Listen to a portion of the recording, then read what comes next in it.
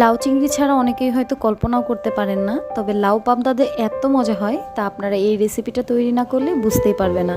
Hello viewers, আসসালামু আলাইকুম। Nishi's kitchen ব্লগে আপনাদের স্বাগতম।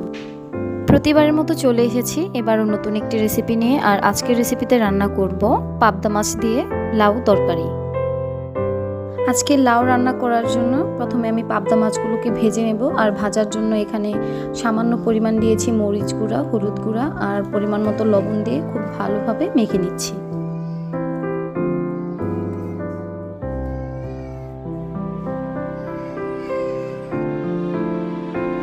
পরিমাণ মতো কড়াইয়ে তেল গরম করে নিয়েছি আর একে একে পাবদা মাছগুলো দিয়ে দিচ্ছি।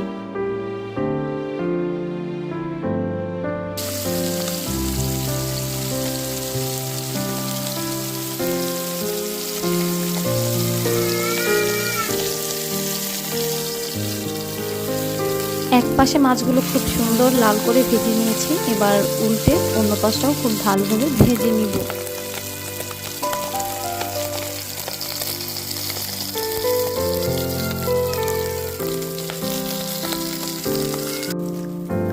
মাছগুলো মচমচে করে ভেজে নিয়েছি, এবার তেল ঝরিয়ে উঠিয়ে নিচ্ছি।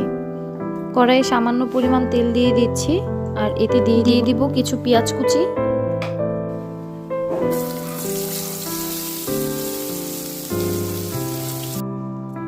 পেঁয়াজগুলোকে হালকা নরম করে ভেজে নিয়েছি আর এতে দিয়ে দিব কাঁচামরিচ আর অল্প একটু আদা বাটা।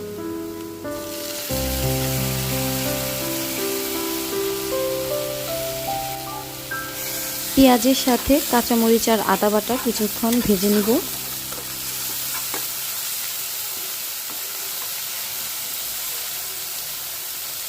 দিয়ে দিচ্ছি সামান্য হলুদ গুঁড়া, সামান্য ধনিয়া গুঁড়া আর পরিমাণ মতো লবণ।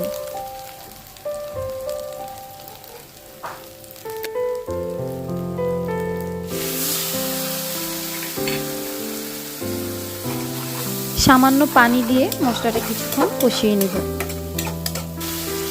মশলা কষিয়ে নিয়েছি, এতে একে একে আমি লাউগুলো দিয়ে দিচ্ছি। লাউগুলো দিয়ে খুব ভালোভাবে নাড়াচাড়া করে কিছুক্ষণ কষিয়ে নেব। প্রতিদিনের রান্নায় একদম ঘরোয়া মশলায় এই রান্নাগুলো থাকলে আসলে কিন্তু অনেক বেশি তৃপ্তি করে খাওয়া যায়।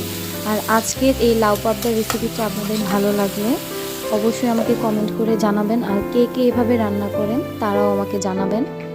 আশা করছি আজকের রেসিপিটি আপনাদের ভালো লাগবে।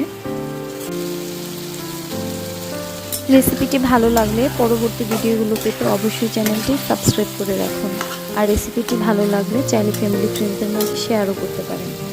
এই তো আমি লাউটা খুব সুন্দরভাবে কষিয়ে নিয়েছি আর এখন পরিমাণ মতো পানি দিয়ে দিচ্ছি। পানি দিয়ে ঢাকনা দিয়ে কিছুক্ষণ ঢেকে তরকারিটা জাল করে নিয়েছি। আর এবার ঢাকনা উঠিয়ে আমি একে একে ভেজে রাখা পাবদা মাছগুলো দিয়ে দিচ্ছি।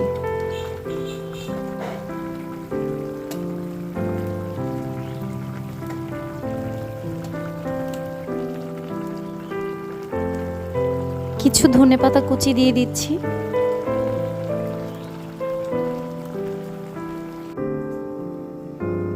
একদম অল্প সময়ে রান্নাটা হয়ে যায়। লাউ রান্না করতে বেশি সময় লাগে না। আর এই তো আমি চুলাটা অফ করে দিয়েছি।